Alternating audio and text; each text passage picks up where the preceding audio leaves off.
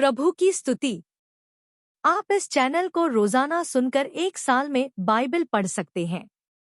Please subscribe and support. आज के Bible अध्याय। व्यवस्था विवरण अध्याय 1।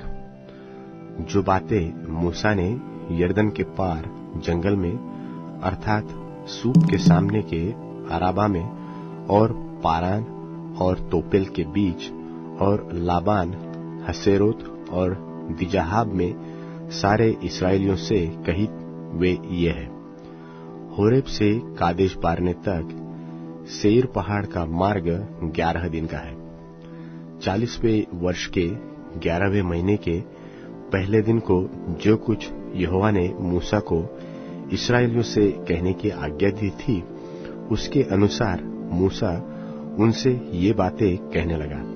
अर्थात जब मूसा ने एमोरियों के राजा हेशबोनवासी सिहोन और बाशान के राजा अश्तारोतपासी ओग को एद्रिये में मार डाला, उसके बाद यरदन के पार मोआब देश में वह व्यवस्था का विवरण यो करने लगा कि हमारे परमेश्वर यहोवा ने होरेब के पास हमसे कहा था कि तुम लोगों को इस पहाड़ के पास रहते हुए बहुत दिन हुए हैं, इसलिए अब यहां से कूच करो और एमोरियों के पहाड़ियों के देश को, और क्या अराबा में, क्या पहाड़ों में, क्या नीचे के देश में, क्या दक्षिण देश में, क्या समुद्र के तीर पर जितने लोग एमोरियों के पास रहते हैं उनके देशों को, अर्थात लबानोन पर्वत तक और परात नाम महान नद तक रहने वाले कनानियों के देश को भी चले जाओ। सुनो, मैं उस देश को तुम्हारे सामने किए देता हूं, जिस देश के विषय यहोवा ने इब्राहिम, इसहाक और याकूब तुम्हारे पितरों से शपथ खाकर कहा था कि मैं इसे तुमको और तुम्हारे बाद तुम्हारे वंश को देता हूं, और अब जाकर अपने अधिकार में कर लो। फिर उसी समय मैंने तुमसे कहा कि मैं तुम्हारा भार अकेला नहीं सह सकता, क्योंकि तुम्हारे परमेश्वर यहोवा ने तुमको यहाँ तक बढ़ाया है कि तुम गिनती में आज आकाश के तारों के समान हो गए हो। तुम्हारे पितरों का परमेश्वर तुमको 1000 गुना और भी बढ़ाएगा और अपने वचन के अनुसार तुमको आशीष भी देता रहेगा। परंतु तुम्हारे जंजाल और भार और झगड़े को मैं अकेला कहाँ तक सह सकता हूँ? सो तुम अपने एक एक गोत्र में से बुद्धिमान और समझदार और प्रसिद्ध पुरुष को चुन लो, और मैं उन्हें तुम पर मुखिया ठहराऊंगा। इसके उत्तर में तुमने मुझसे कहा, जो कुछ तू हमसे कहता है उसका करना अच्छा है। इसलिए मैंने तुम्हारे गोत्रों के मुख्य पुरुषों को, जो बुद्धिमान और प्रसिद्ध पुरुष थे, चुनकर तुम पर मुखिया नियुक्त किया, अर्थात 1000, 100, 50 और 10 के ऊपर प्रधान और तुम्हारे गोत्रों के सरदार भी नियुक्त किए। और उस समय मैंने तुम्हारे न्यायियों को आज्ञा दी कि तुम अपने भाइयों के मुकदमे सुना करो, और उनके बीच और उनके पड़ोसियों और परदेशियों के बीच भी धर्म से न्याय किया करो। न्याय करते समय किसी का पक्ष न करना, जैसे बड़े की वैसे ही छोटे मनुष्य की भी सुनना। किसी का मुंह देखकर न डरना, क्योंकि न्याय परमेश्वर का काम है। और जो मुकदमा तुम्हारे लिए कठिन हो, वह मेरे पास ले आना, और मैं उसे सुनूंगा। और मैंने उसी समय तुम्हारे सारे कर्तव्य कर्म तुमको बता दिए, और हम होरेब से कूच करके अपने परमेश्वर यहोवा की आज्ञा के अनुसार उस सारे बड़े और भयानक जंगल में होकर चले, जिसे तुमने एमोरियों के पहाड़ी देश के मार्ग में देखा, और हम कादेश बरने तक आए। वहां मैंने तुमसे कहा, तुम एमोरियों के पहाड़ी देश तक आ गए हो, जिसको हमारा परमेश्वर यहोवा हमें देता है। देखो, उस देश को तुम्हारा परमेश्वर यहोवा तुम्हारे सामने किए देता है, इसलिए अपने पितरों के परमेश्वर यहोवा के वचन के अनुसार उस पर चढ़ो और उसे अपने अधिकार में ले लो। न तो तुम डरो और न तुम्हारा मन कच्चा हो, और तुम सब मेरे पास आकर कहने लगे, हम अपने आगे पुरुषों को भेज दे जो उस देश का पता लगाकर हमको यह संदेश दे कि कौन सा मार्ग होकर चलना होगा और किस किस नगर में प्रवेश करना पड़ेगा। इस बात से प्रसन्न होकर मैंने तुम में से 12 पुरुष अर्थात गोत्र के पीछे एक पुरुष चुन लिया, और वे पहाड़ पर चढ़ गए और एशकोल नाम नाले को पहुंचकर उस देश का भेद लिया, और उस देश के फलों में से कुछ हाथ में लेकर हमारे पास आए और हमको यह संदेश दिया कि जो देश हमारा परमेश्वर यहोवा हमें देता है वह अच्छा है। तो भी तुमने वहां जाने से नाह किया, किंतु अपने परमेश्वर यहोवा की आज्ञा के विरुद्ध होकर अपने अपने डेरे में यह कहकर कुड़कुड़ाने लगे कि यहोवा हमसे बैर रखता है। इस कारण हम तो मिस्र देश से निकल ले आया है कि हमको एमोरियों के वश में करके सत्यानाश कर डाले। हम किधर जाए? हमारे भाइयों ने यह कह के हमारे मन को कच्चा कर दिया है कि वहां के लोग हमसे बड़े और लंबे हैं, और वहां के नगर बड़े बड़े हैं, और उनकी शहर पनाह आकाश से बातें करते हैं, और हमने वहां अनाक वंशियों को भी देखा है। मैंने तुमसे कहा, उनके कारण त्रास मत खाओ और न डरो। तुम्हारा परमेश्वर यहोवा जो तुम्हारे आगे आगे चलता है वह आप तुम्हारी ओर से लड़ेगा, और जैसे कि उसने मिस्र में तुम्हारे देखते तुम्हारे लिए किया, फिर तुमने जंगल में भी देखा कि जिस रीति से कोई पुरुष अपने लड़के को उठाए चलता है, उसी रीति से हमारा परमेश्वर यहोवा हमको इस स्थान पर पहुंचाने तक उसके सारे मार्ग में जिससे हम आए हैं उठाए रहा। इस बात पर भी तुमने अपने उस परमेश्वर यहोवा पर विश्वास नहीं किया जो तुम्हारे आगे आगे इसलिए चलता रहा कि डेरे डालने का स्थान तुम्हारे लिए ढूंढे, और रात को आग में और दिन को बादल में प्रकट होकर चला, ताकि तुमको वह मार्ग दिखाए जिससे तुम चलो। परंतु तुम्हारी वे बातें सुनकर यहोवा का कोप भड़क उठा, और उसने यह शपथ खाई कि निश्चय इस बुरी पीढ़ी के मनुष्य में से एक भी उस अच्छे देश को देखने न पाएगा जिसे मैंने उनके पितरों को देने की शपथ खाई थी। यपुन्ने का पुत्र कालेब ही उसे देखने पाएगा, और जिस भूमि पर उसके पांव पड़े हैं उसे मैं उसको और उसके वंश को भी दूंगा, क्योंकि वह मेरे पीछे पूरी रीति से हो लिया है, और मुझ पर भी यहोवा तुम्हारे कारण क्रोधित हुआ और यह कहता कि तू भी वहां जाने न पाएगा। नून का पुत्र यहोशू जो तेरे सामने खड़ा रहता है वह तो वहां जाने पाएगा, सो तू उसको हियाव दे, क्योंकि उस देश को इस्राएलियों के अधिकार में वही कर देगा। फिर तुम्हारे बाल बच्चे जिनके विषय में तुम कहते हो कि ये लूट में चले जाएंगे, और तुम्हारे जो लड़के बाले अभी भले बुरे का भेद नहीं जानते, वे वहां प्रवेश करेंगे, और उनको मैं वह देश दूंगा और वे उसके अधिकारी होंगे। परंतु तुम लोग घूमकर कुछ करो और लाल समुद्र के मार्ग में जंगल की ओर जाओ। तब तुमने मुझसे कहा, हमने यहोवा के विरुद्ध पाप किया है, अब हम अपने परमेश्वर यहोवा की आज्ञा के अनुसार चढ़ाई करेंगे और लड़ेंगे। तब तुम अपने अपने हथियार बांधकर पहाड़ पर बिना सोचे समझे चढ़ने को तैयार हो गए। तब यहोवा ने मुझसे कहा, उनसे कह दे कि तुम मत चढ़ो और न लड़ो, क्योंकि मैं तुम्हारे मध्य में नहीं हूं। कहीं ऐसा न हो कि तुम अपने शत्रुओं से हार खाओ। यह बात मैंने तुमसे कह दी, परंतु तुमने न मानी, किंतु ढिठाई से यहोवा की आज्ञा का उल्लंघन करके पहाड़ पर चढ़ गए।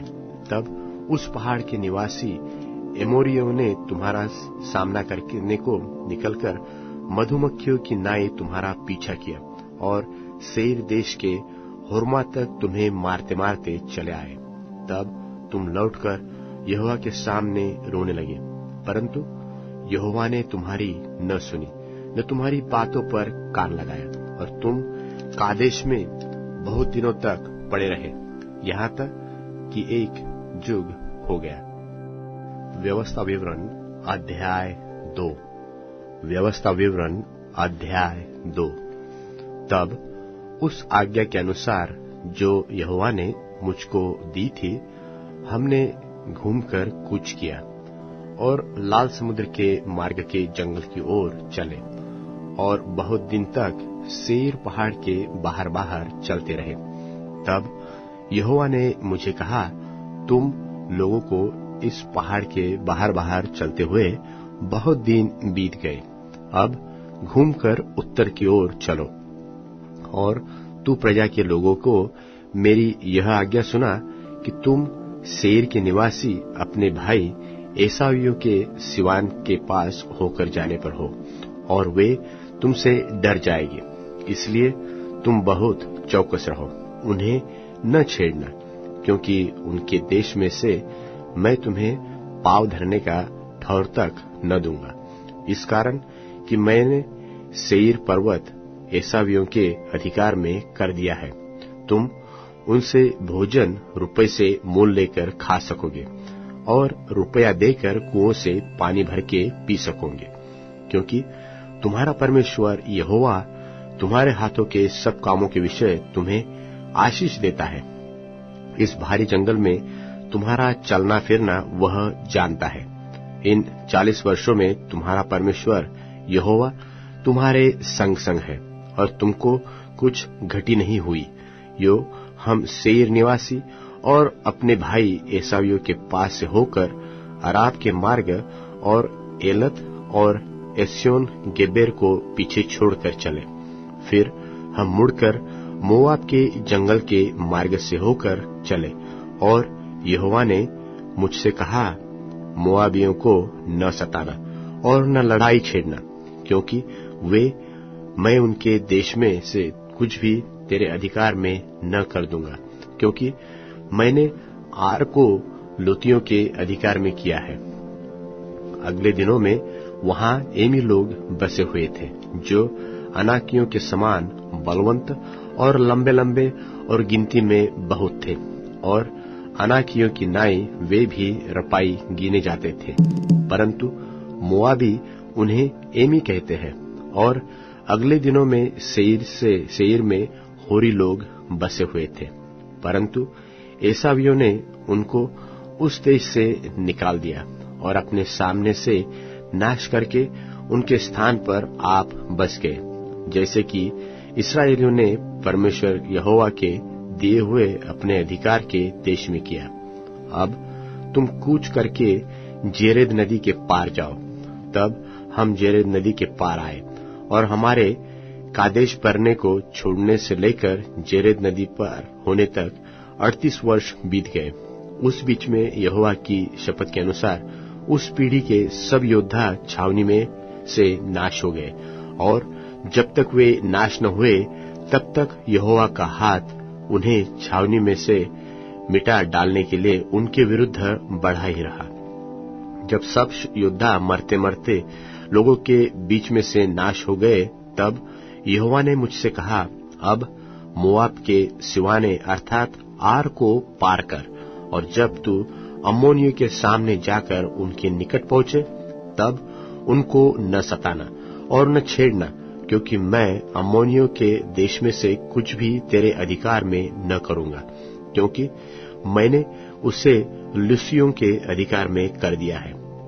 वह देश भी रपाइयों का गिना जाता था, क्योंकि अगले दिनों में रपाई, जिन्हें अम्मोनी जमजुम्मी कहते थे, वे वहां रहते थे।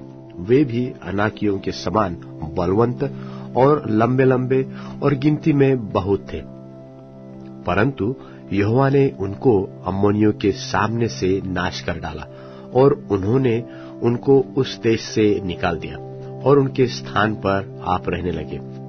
जैसे कि उसने सेर के निवासी एसावियों के सामने से होरियों को नाश किया और उन्होंने उनको उस देश से निकाल दिया और आज तक उनके स्थान पर वे आप निवास करते हैं, वैसा ही अवियों को जो अज्जा नगर तक गांव में बसे हुए थे, उनको कप्तोरियों ने जो कप्तोर से निकलते थे नाश किया और उनके स्थान पर आप रहने लगे। अब तुम लोग उठकर कूच करो और अर्नोन के नाले के पास चलो। सुन, मैं देश समेत हेशबोन के राजा एमोरी सिहोन को तेरे हाथ में कर देता हूँ, इसलिए उस देश को अपने अधिकार में लेना आरंभ करो और उस राजा से युद्ध छेड़ दो। और जितने लोग धरती पर रहते हैं उन सबों के मन में मैं आज ही के दिन तेरे कारण डर और थरथराहट समवाने लगूंगा। वे तेरा समाचार पाकर तेरे डर के मारे कांपेंगे और पीड़ित होंगे। और मैंने कदेमोत नाम जंगल से हेशबोन के राजा सिहोन के पास मेल की बातें कहने को दूत भेजे कि मुझे अपने देश में से होकर जाने दे। मैं राजपथ पर चला जाऊंगा और दाहिने और बाएं हाथ न मुड़ूंगा। तू रुपया लेकर मेरे हाथ भोजन वस्तु देना कि मैं खाऊं, और पानी भी रुपया लेकर मुझको देना कि मैं पीऊं। केवल मुझे पांव पांव चलने जाने दे। जैसा सेईर के निवासी एसावियों ने और आर के निवासी मोआबियों ने मुझसे किया, वैसा ही तू भी मुझसे कर। इस रीति मैं यरदन पार होकर उस देश में पहुंचूंगा जो हमारा परमेश्वर यहोवा हमें देता है। परंतु हेशबोन के राजा सिहोन ने हमको अपने देश में से होकर चलने न दिया, क्योंकि तुम्हारे परमेश्वर यहोवा ने उसका चित्त कठोर और उसका मन हठीला कर दिया था, इसलिए कि उसको तुम्हारे हाथ में कर दे, जैसा कि आज प्रगट है। और यहोवा ने मुझसे कहा, सुन, मैं देश समेत सिहोन को तेरे वश में कर देता हूं। उस देश को अपने अधिकार में लेना आरंभ कर। तब सिहोन अपनी सारी सेना समेत निकल आया और हमारा सामना करके युद्ध करने को यहस तक चढ़ आया। और हमारे परमेश्वर यहोवा ने उसको हमारे द्वारा हरा दिया और हमने उसको पुत्रों और सारी सेना समेत मार डाला। और उसी समय हमने उसके सारे नगर ले लिए और एक एक बसे हुए नगर का स्त्रियों और बाल बच्चों समेत यहाँ तक सत्यानाश किया कि कोई न छूटा। परंतु पशुओं को हमने अपना कर लिया और उस नगरों की भी लूट भी हमने ले ली जिनको हमने जीत लिया था। अर्नोन के नाले के छोर वाले अरोएर नगर से लेकर और उस नाले में के नगर से लेकर गिलाद तक कोई नगर ऐसा ऊंचा न रहा जो हमारे सामने ठहर सकता था, क्योंकि हमारे परमेश्वर यहोवा ने सबों को हमारे वश में कर दिया। परंतु हम अम्मोनियों के देश के निकट बरन यब्बोक नदी के उस पार जितना देश है और पहाड़ी देश के नगर जहां जहां जाने से हमारे परमेश्वर यहोवा ने हमको मना किया था, वहां हम नहीं गए। कुरिन्थियों के नाम पौलुस प्रेरित की पहली पत्री 11वां अध्याय। तुम मेरी सी चाल चलो जैसा मैं मसीह की सी चाल चलता हूं। हे भाइयों, मैं तुम्हें सराहता हूं कि सब बातों में तुम मुझे स्मरण करते हो और जो व्यवहार मैंने तुम्हें सौंप दिए हैं उन्हें धारण करते हो। सो मैं चाहता हूं कि तुम यह जान लो कि हर एक पुरुष का सिर मसीह है और स्त्री का सिर पुरुष है और मसीह का सिर परमेश्वर है।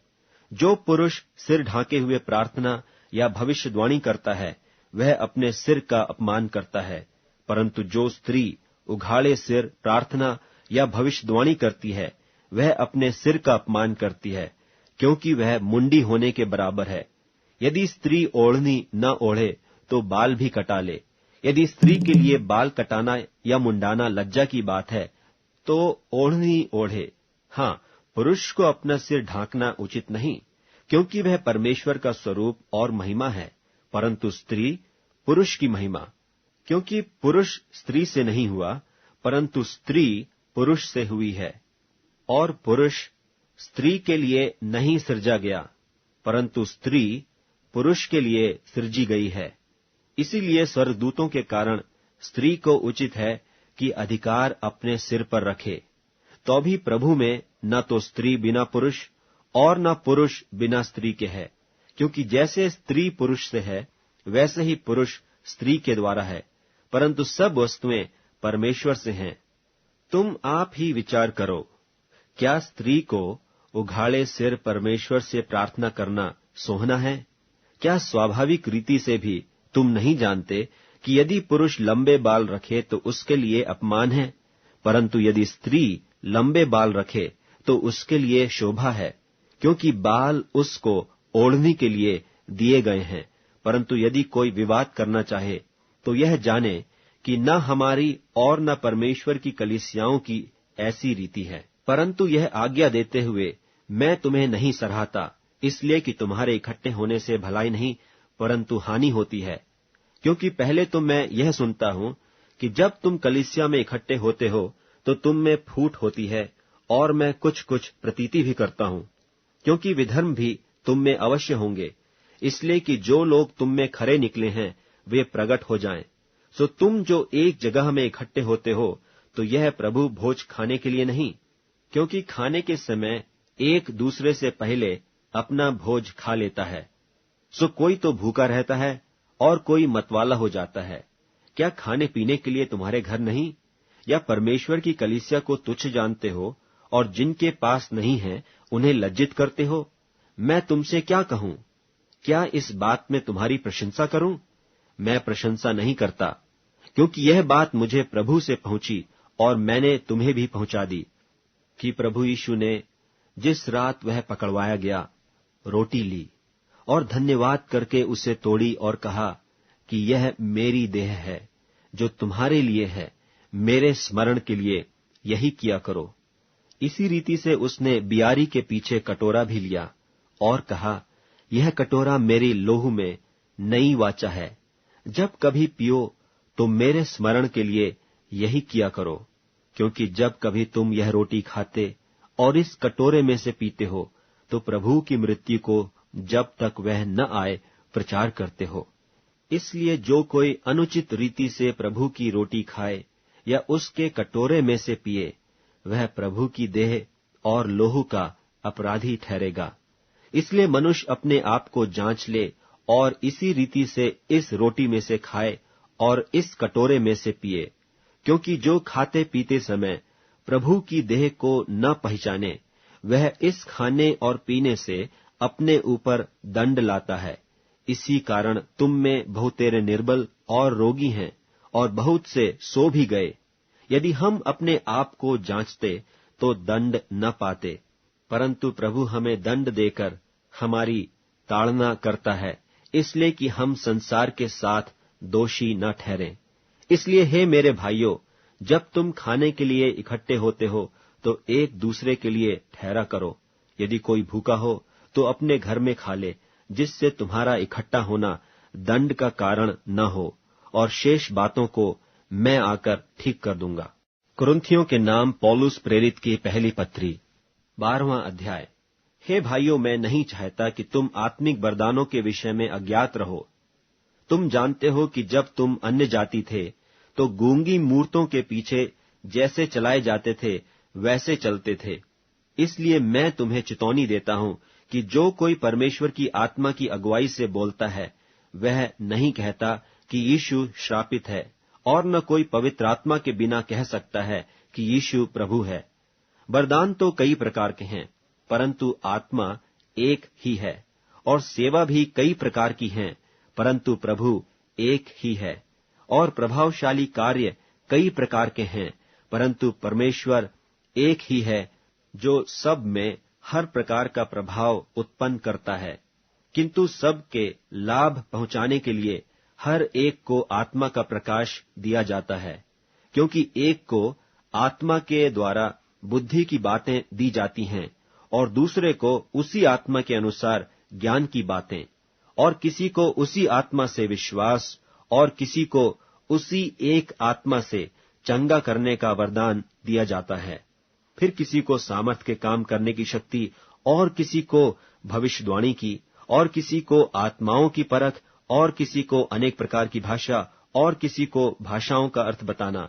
परंतु ये सब प्रभावशाली कार्य वही एक आत्मा करवाता है, और जिसे जो चाहता है वह बांट देता है। क्योंकि जिस प्रकार देह तो एक है और उसके अंग बहुत से हैं, और उस एक देह के सब अंग बहुत होने पर भी सब मिलकर एक ही देह हैं, उसी प्रकार मसीह भी है। क्योंकि हम सब ने, क्या यहूदी हो क्या यूनानी, क्या दास क्या स्वतंत्र, एक ही आत्मा के द्वारा एक देह होने के लिए बपतिस्मा लिया, और हम सबको एक ही आत्मा पिलाया गया। इसलिए कि देह में एक ही अंग नहीं परंतु बहुत से हैं। यदि पांव कहे कि मैं हाथ नहीं इसलिए देह का नहीं, तो क्या वह इस कारण देह का नहीं? और यदि कान कहे कि मैं आंख नहीं इसलिए देह का नहीं, तो क्या वह इस कारण देह का नहीं है? यदि सारी देह आंख ही होती तो सुनना कहाँ होता? यदि सारी देह कान ही होती तो सूंघना कहाँ होता? परंतु सचमुच परमेश्वर ने अंगों को अपनी इच्छा के अनुसार एक एक करके देह में रखा है। यदि वे सब एक ही अंग होते तो देह कहाँ होती? परंतु अब अंग तो बहुत से हैं, परंतु देह एक ही है। आंख हाथ से नहीं कह सकती कि मुझे तेरा प्रयोजन नहीं, और न सिर पांव से कह सकता है कि मुझे तुम्हारा प्रयोजन नहीं। परंतु देह के वे अंग जो औरों से निर्बल देख पड़ते हैं बहुत ही आवश्यक हैं, और देह के जिन अंगों को हम आदर के योग्य नहीं समझते हैं उन्हीं को हम अधिक आदर देते हैं, और हमारे शोभाहीन अंग और भी बहुत शोभायमान हो जाते हैं। फिर भी हमारे शोभायमान अंगों को इसका प्रयोजन नहीं, परंतु परमेश्वर ने देह को ऐसा बना दिया है कि जिस अंग को घटी थी उसी को और भी बहुत आदर हो, ताकि देह में फूट न पड़े, परंतु अंग एक दूसरे की बराबर चिंता करें।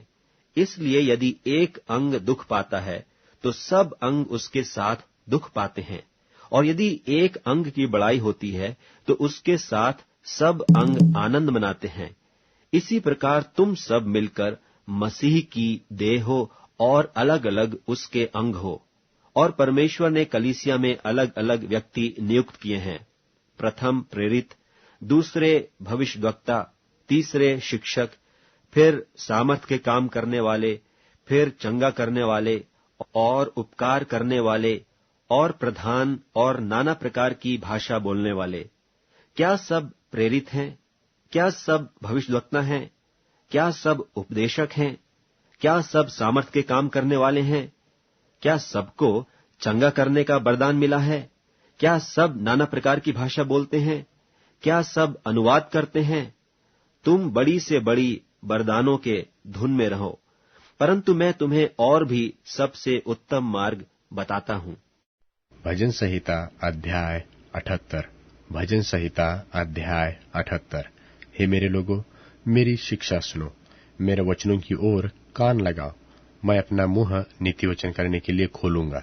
मैं प्राचीन काल की गुप्त बातें कहूंगा, जिन बातों को हमने सुना और जान लिया और हमारे बाप दादों ने हमसे वर्णन किया है, उसे हम उसकी संतान से गुप्त न रखेंगे, परंतु होनहार पीढ़ी के लोगों से यहोवा का गुणवादन और उसके सामर्थ्य और आश्चर्य कर्मों का वर्णन करेंगे। उसने तो याकूब में एक चितौनी ठहराई और इस्राएल में एक व्यवस्था चलाई। उसके विषय उसके हमारे पितरों को आज्ञा दी कि तुम इन्हें अपने लड़के बालों को बताना, इसलिए कि आने वाली पीढ़ी के लोग अर्थात जो लड़के बाले उत्पन्न होने वाले हैं वे इन्हें जाने और अपने अपने लड़के बालों से इस बात का बखान करने में उद्यत हो, जिससे वे परमेश्वर का आसरा करें और परमेश्वर के बड़े कामों को भूल न जाए और उसकी आज्ञाओं का पालन करते रहे और अपने पितरों के समान न हो, क्योंकि उस पीढ़ी के लोग तो हठीले और झगड़ालू थे, और उन्होंने अपना मन दृढ़ न किया था, और न उनकी आत्मा परमेश्वर की ओर सच्ची रही। एफ्राइमियों ने तो शस्त्रधारी और धनुर्धारी होने पर भी युद्ध के समय पीठ दिखा दी। उन्होंने परमेश्वर की वाचा पूरी नहीं की और उसकी व्यवस्था पर चलने से इनकार किया, और उसके बड़े कामों को और जो आश्चर्य कर्म उसने उनके सामने किए थे उनको भुला दिया। उसने तो उनके बाप दादों के सन्मुख मिस्र देश के सोअन के मैदान में अद्भुत कर्म किए थे। उसने समुद्र को 2 भाग करके उन्हें पार कर दिया और जल को ढेर किनारे खड़ा कर दिया। और उसने दिन को तो बादल के खंभों में और रात भर अग्नि के प्रकाश के द्वारा उनकी अगुवाई की। वह जंगल में चट्टाने फाड़कर उनको मानो गहरे जलाशयों से मनमाने पिलाता था। उसने चट्टान से भी धाराएं निकाली और नदियों का सा जल बहाया, तो भी वे फिर उसके विरुद्ध अधिक पाप करते गए और निर्जल देश में परम प्रधान के विरुद्ध उठते रहे, और अपनी चाह के अनुसार भोजन मांगकर मन ही मन परमेश्वर की परीक्षा की। और वे परमेश्वर के विरुद्ध बोले और कहने लगे, क्या परमेश्वर जंगल में मेज लगा सकता है?